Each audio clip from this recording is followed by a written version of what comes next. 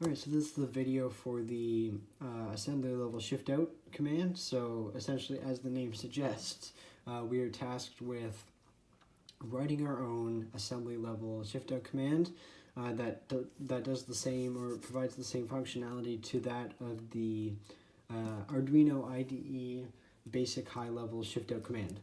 So we only have this 3-minute video to replace all the writing. So we'll try and make this as quick and as concise as possible. So we have 3 main pins that we're dealing with. So your latch, your clock, your data,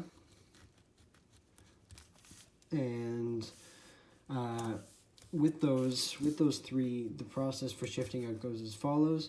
So the latch goes low, clock goes low, data is then put from the code onto that data pin, not shifted out to that to actually display on the bar graph, and I'll get to that in a second.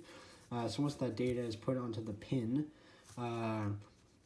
clock is brought high and latch is brought high. So the latch low and high, that just basically depicts the beginning and the end of the shifting out. But this clock, I would like to touch on this a little bit more. So just look at a standard clock pulse.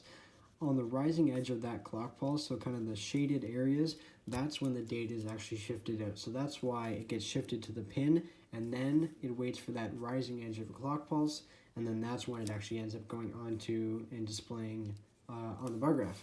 So right here I have hex A3, so 0, 1, 0, 1, 0, 0, 0, 1, 1. And much like our previous video, the bicolor byte video, I've created a mask. So, first we're dealing with LSB first, shifting out. So I've created a mask of 0, 0, 0, 0, 0, 0, 1, so hex 1. And essentially what this does is when you AND the two together, you're only looking at that least significant bit. So when you AND the two, all those ones up there will become zeros, and it's just that least significant bit that you're looking at. That's when it becomes a 1. So then that is shifted out to the data pin, and then that process is just essentially repeated for every bit.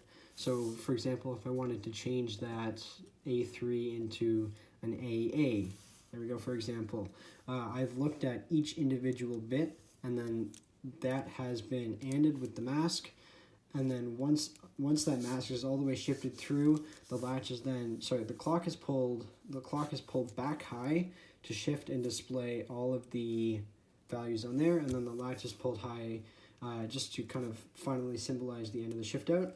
Thank you for watching.